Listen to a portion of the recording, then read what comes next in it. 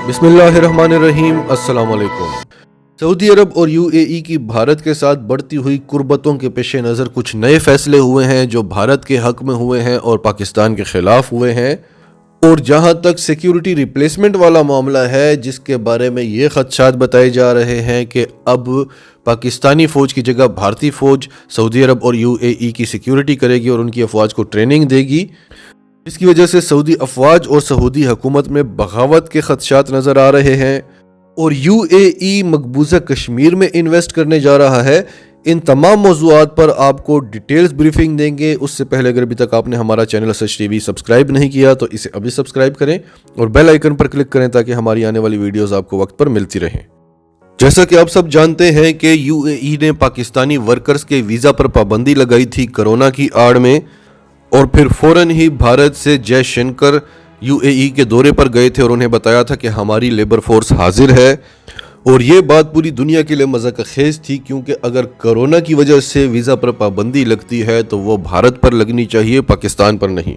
लेकिन ये एक क्लियर मैसेज था पाकिस्तान को कि आपने इसराइल को तस्लीम नहीं किया, आप डिक्टेट नहीं हो रहे, तो फिर हम भारत की तरफ जा रहे हैं।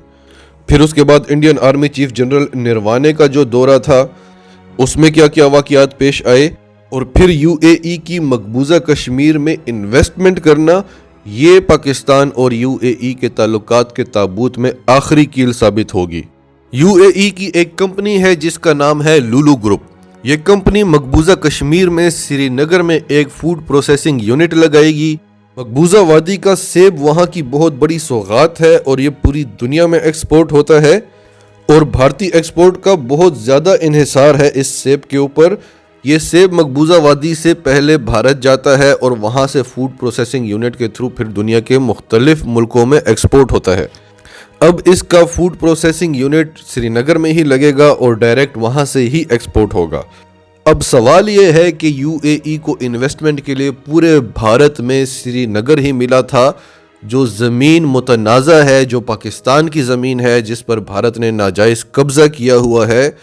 अगर यूएई मकबूजा कश्मीर में इन्वेस्ट करता है तो उसके मफादात आ जाते हैं वहाँ पर, और कल को अगर पाकिस्तान मकबूजा कश्मीर लेने के लिए, अपना इलाका वापस लेने के लिए कोई एक्शन करता है तो यूएई यकीनी तौर पर भारत का साथ देगा, क्योंकि उसकी इन्वेस्टमेंट लगी हुई है वहाँ पर। लेकिन दरअसल ये इन्वेस्टमेंट मैटर नहीं करती, ये पाकिस्तान को एक और झटका देने की कोशिश की गई है। और अगर पाकिस्तान ने इसराइल को तस्लीम नहीं किया तो इनके पास जितने भी कार्ड्स हैं ये खेलेंगे, क्योंकि मज़े की बात तो ये है कि पाकिस्तान के पास इनके ज़्यादा कार्ड्स हैं। इस तमाम के बाद भारतीय आर्मी चीफ जनरल नरवाने का दौरा सऊदी अरब और दौरा यूएई, ये बहुत मानी रखता है। जनरल नरवाने ने 4 दिन सऊदी अरब में गुजारे और 2 दिन अब वो यूएई में गुजार रहे हैं, और यहाँ पर भी उनकी मुलाकात हुई है यूएई के लैंड फोर्सेस के कमांडर मेजर जनरल साले मोहम्मद साले अल अमरी के साथ। और ऑफिशियल स्टेटमेंट्स ये बता रही हैं कि म्यूचुअल डिफेंस कोऑपरेशन पर बातचीत हुई, लेकिन खदशात ये बता रहे हैं कि सऊदी अरब और यूएई आने वाले वक्तों में अब इंडिया से असलहा लिया करेंगे। एक बात, और दूसरी बात, जिस तरह के जयशंकर ने ऑफ़र की थी कि हम पाकिस्तानी वर्क फोर्स की रिप्लेसमेंट के लिए तैयार हैं, इसी तरह जनरल नरवाने भी उनको ये ऑफ़र करने जा रहे हैं कि पाकिस्तानी आर्मी की जगह हम अपनी आर्मी को आपकी सिक्योरिटी के लिए भेजने को तैयार हैं। तो सबसे पहली बात कि यूएई और सऊदी अरब जो भारत के ब्रह्मोस मिसाइल्स में इंटरेस्टेड हैं, पाकिस्तान की मिसाइल टेक्नोलॉजी को पूरी दुनिया में माना जाता है, और भारत की जो मिसाइल टेक्नोलॉजी है और बाकी तमाम भी जितना वो असलहा बना रहे हैं वो पूरी दुनिया में बदनाम हो रहा है। जिस तरह इनकी मिलिट्री एक्सपोज हो रही है, झूठे सर्जिकल स्ट्राइक्स, जिस तरह से इनका मीडिया एक्सपोज हो रहा है, पूरी दुनिया में उसका मजाक उड़ रहा है, और भारत पर एक जो झूठ का धब्बा लग गया है। और फिर जो EU डिसइंफो लैब्स की रिपोर्ट्स आई हैं, जो हमने आपको पीछे वीडियो में बताया है डिटेल्स के साथ, उसके बाद अगर भारत की जगह कोई और मुल्क होता तो वो शर्मिंदगी से दुनिया को मुंह दिखाने के लायक ना रहता।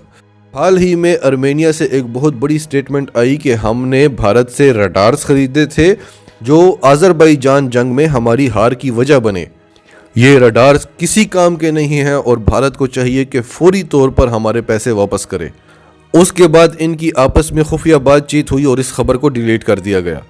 تو جس طرح سے یہ ہر معاملے میں جھوٹ بولتے ہیں، اسلحے کے معاملے میں بھی یہ جھوٹ بولتے ہیں. ان کا اسلحہ جو ہے وہ وقت آنے پر کام نہیں کرتا اور پوری دنیا میں انہوں نے اپنا جھوٹا دھاوا بٹھایا ہوا ہے. تو ٹھیک ہے، آپ بھارتی اسلحہ خریدیں.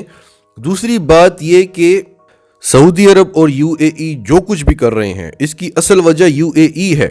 سعودی عرب کے ترکی کے ساتھ تعلقات کو بگاڑنا، قطر کے ساتھ تعلقات کو بگاڑنا، پاکستان کے ساتھ تعلقات کو بگاڑنا، اس کی بہت بڑی وجہ یو اے ای اور اسرائیل ہیں. تو جو بھی یہ پاکستان کے ساتھ کر رہے ہیں، یہ جانتے ہیں کہ پاکستان کے پاس زیادہ کارڈز ہیں اور کسی بھی وقت پاکستان ان کو سرخ جھنڈی دکھا سکتا ہے. تو پھر سیکیورٹی کے لیے ان کے پاس کوئی الٹرنیٹ آپشن ہونی چاہیے. اسی لیے بھارتی آرمی چیف بھاگتا بھاگتا وہاں پہنچا کہ ہم اپنی سروسز دینے کے لیے تیار ہیں. یعنی وہ ملک جو رافیل طیارے تو خرید لیتا ہے اور پھر اس کی جے سبا میں ایک رپورٹ پیش کی جاتی ہے کہ رافیل تو آ گئے ہیں لیکن ہمارے پاس پائلٹس نہیں ہیں. جب مشکل آتا ہے ان کے پائلٹس استعفے دے کر بھاگ جاتے ہیں. اب ان کے پاس طیارے ہیں اور پائلٹس نہیں ہیں. اور دوسری طرف پاکستان کے پائلٹس ابھی 27 فروری کو گزرے ہوئے زیادہ وقت نہیں ہوا اور ابھینندن کا حال آپ نے دیکھا، جو انڈیا کے ٹاپ ہیروز میں شمار ہوتا ہے. تو ٹاپ ہیروز کا جب پاکستان نے یہ حال کیا، اب وہ آ کر آپ کو سیکیورٹی دیں گے. یہاں تک کہا جاتا رہا کہ ترکی کے جب گریس کے ساتھ میڈیٹرینین سی میں حالات بگڑے تو اس نے پاکستانی پائلٹس مانگے. اور یہاں تک بھی کہا جاتا رہا کہ آذربائیجان جنگ میں جو طیارے تھے وہ تو ترکی کے تھے لیکن ان کے اندر پائلٹس پاکستانی بیٹھے ہوئے تھے. یعنی اتنی ڈیمانڈ ہے پاکستانی پائلٹس کی پوری دنیا میں. تو اس پر سعودی عرب کی فوج کا کیا ری ایکشن آیا وہ تو ہم آپ کو آگے چل کر بتاتے ہیں، کیونکہ یہ جتنے بھی فیصلے ہیں یہ تو سب سیاسی فیصلے ہیں. لیکن سعودی عرب کے جو فرما رواں ہیں، سعودی عرب کے جو بادشاہ ہیں سلمان بن عبدالعزیز، جو محمد بن سلمان کے والد ہیں، وہ نہ تو اسرائیل کو تسلیم کرنے کو تیار ہیں، نہ وہ پاکستان کے ساتھ تعلقات خراب کرنا چاہتے ہیں، نہ وہ بھارت کے ساتھ تعلقات بڑھانا چاہتے ہیں. اور پھر ان کے بھتیجے پرنس ٹرکی الفیصل، جو شاہ فیصل کے بیٹے ہیں اور اگلے ولی عہد بن سکتے تھے، وہ بھی سلمان عبدالعزیز کے ساتھ کھڑے ہیں. لیکن سلمان عبدالعزیز کے اپنے ہی بیٹے محمد بن سلمان اسرائیل، امریکہ اور بھارت کے ہاتھوں میں کھیل رہے ہیں، کیونکہ ان کے بہت سارے ویک پوائنٹس ہیں ان کے پاس. اور اسرائیل نے تو یہاں تک کہا ہے کہ اگر محمد بن سلمان نے بچنا ہے، اسرائیل کو تسلیم کرنا ہے، تو ہو سکتا ہے کہ وہ اپنے ہی والد کو سعودی فرمانروا سلمان بن عبدالعزیز کو راستے سے ہٹا دیں. یہ ایک طرح سے ان کو مشورہ دیا گیا ہے کہ اگر آپ نے یہ کام کرنا ہے، اگر آپ نے بچنا ہے تو اپنے والد کو راستے سے ہٹا دیں. اور اس سب میں عرب ممالک میں ایک بہت بڑی بغاوت کا بھی خطرہ ہے. محمد بن سلمان مودی کی محبت میں اتنے پاگل ہو گئے ہیں کہ سعودی عرب میں جو بھارتی مسلمان ہیں انہوں نے جب احتجاج کیا مودی کے خلاف اور بڑا پرامن احتجاج کیا، آرام سے وہ بینرز اٹھا کر کھڑے تھے، تو ان مسلمانوں کو ڈپورٹ کر دیا گیا کہ آپ مودی کو یا ہندوؤں کو بدنام کر رہے ہیں. یہ ہے مسلم امہ کا لیڈر جو تمام کفار کے ساتھ کھڑا ہوا ہے مسلمانوں کے خلاف. دوسری طرف آپ نے کینیڈا کے وزیر اعظم کو دیکھا کیسے وہ اپنی سکھ برادری کے ساتھ کھڑا ہوا اور اس نے انڈیا کو وارننگ دی. تو یہ ساری باتیں تو ہو گئی محمد بن سلمان اور محمد بن زید کی. لیکن وہاں کے جو عوام ہیں اور وہاں کی جو افواج ہیں، ان کے دلوں میں جو پاکستانی افواج کی عزت ہے، اس عزت کو آپ کبھی بھی بھارتی فوج کے ساتھ ریپلیس نہیں کر سکتے. کیونکہ سعودی افواج کی جتنی بھی ٹریننگ ہوتی ہے وہ تمام کی تمام ٹریننگ پاکستانی افواج کرتی ہیں. یعنی آپ کہہ سکتے ہیں کہ ہر سعودی فوجی جو ہے اس کا استاد پاکستانی فوجی ہے. تو اگر آپ کا استاد کسی کے لیے دل میں نفرت رکھتا ہے تو آپ اس کی عزت کیسے کر سکتے ہیں؟ اور پھر آپ نے حفاظت کرنی ہے مقدس مقامات کی، تو آپ کا دل یہ کیسے مانے گا کہ کافر آ کر اس کی حفاظت کریں؟